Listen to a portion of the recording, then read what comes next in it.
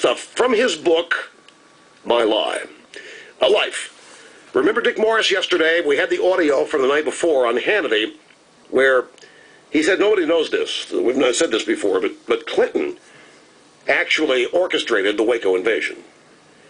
And Janet Reno went to him shortly before his second term inauguration and said, if you don't reappoint me Attorney General, I'm gonna spill the beans on this. Because she was the fall guy. And so Clinton didn't want the truth coming out, and he appointed Reno. So that's the story. Here's what he writes, or how he writes about it in his book. So there I was on Sunday night, April 18th, and Janet Reno came to White House to tell me the FBI wanted to storm that compound, apprehend Koresh and any of his followers had taken them part in killing agents, some other crime, and free the rest of them. Now, when Janet made her case to me, I thought we should try what had worked in Arkansas before we approve that FBI raid. She countered that FBI was tired of waiting. Standoff was costing government $1 million a week and tying up law enforcement resources that we needed elsewhere. And those Davidians, they could hold out longer than the Arkansas people had. And the possibilities of child sexual abuse and mass suicide were real because Koresh was crazy. So were many of his followers. So finally I said to Janet that if she thought it was the right thing to do, she'd go ahead with the invasion. And the next day, I'm sitting out minding my own business, and I got CNN on the television, just outside the Oval Office. And I saw Koresh's compound in flames. That raid had gone so terribly wrong. After the FBI had fired a tear gas into the buildings where the people were holed up, the Branch Davidians started a fire. And it got worse.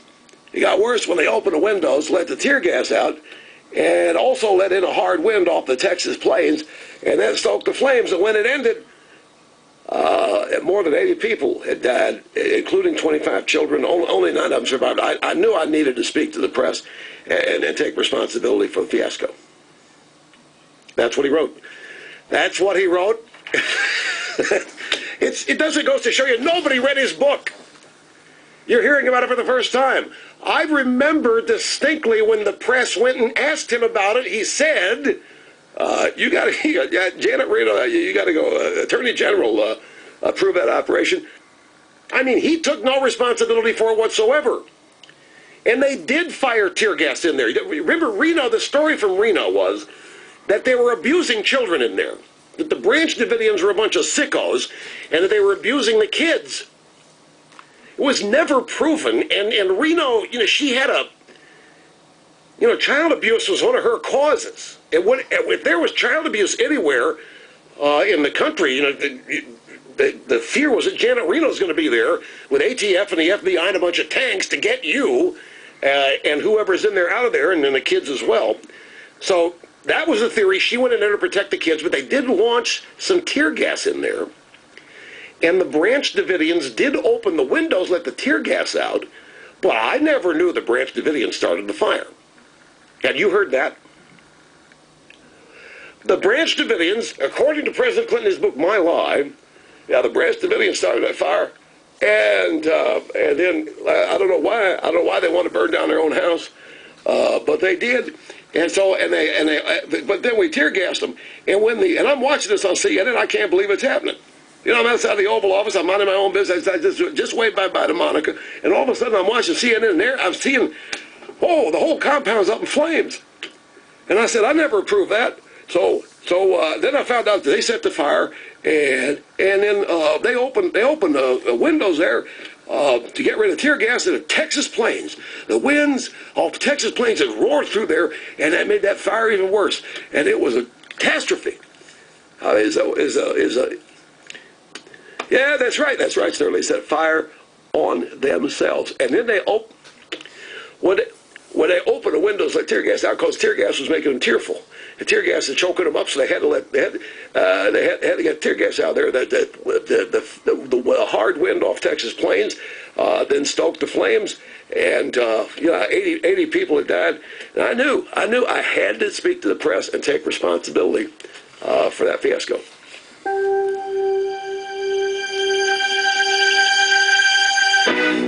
Yeah. now you can have the enchanted evening. You will see. We didn't know whether anyone was still alive or whether if Koresh heard my words, he might snap and kill him too. So Janet Reno, she did appear before the camera. She explained what happened, and she took full responsibility for the raid. Now, as the first woman to hold the Attorney General's post, she thought it was important not to pass the buck. But the time I finally talked to press about Waco, Reno was being praised, and I was being criticized for letting her take the fall. So for the second time in less than 24 hours, I had accepted advice that ran counter to my instincts. I didn't blame George. He was young, he was cautious, he'd given me his honest, albeit mistaken opinion, but I was furious. I was furious at myself, first for agreeing to the raid against my better judgment, and then for delaying public acknowledgement of my responsibility for it. I couldn't stop Janet Reno from taking credit for it. I mean, she went out there and undercut me. She said full responsibility. I'm having a list of Stephanopoulos out there. No, wait, Koresh may still be alive. May kill some more people in there. You can't go out there yet. So, as usual, everyone is to blame except himself. He says this while saying how much he wanted to take responsibility. Now, it was I, El Rushmore, who criticized him immediately for not taking responsibility. Because I'll never forget the soundbite. I'll never forget it. I don't know if we've got it in the archives, but this is one of the reasons why he went to the White House Correspondents' Dinner and told a racist joke about me.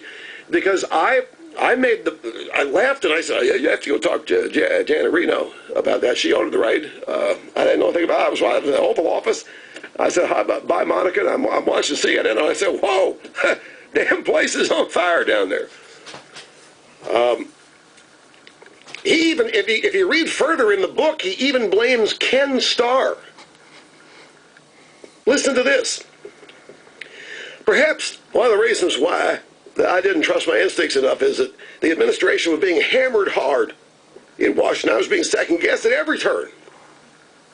So it was a vast right-wing conspiracy that kept him from taking responsibility for Waco. And he wanted to, damn it. He really wanted to take responsibility. Stephanopoulos told him not to, and then Ken Starr being hammered in Washington and everything.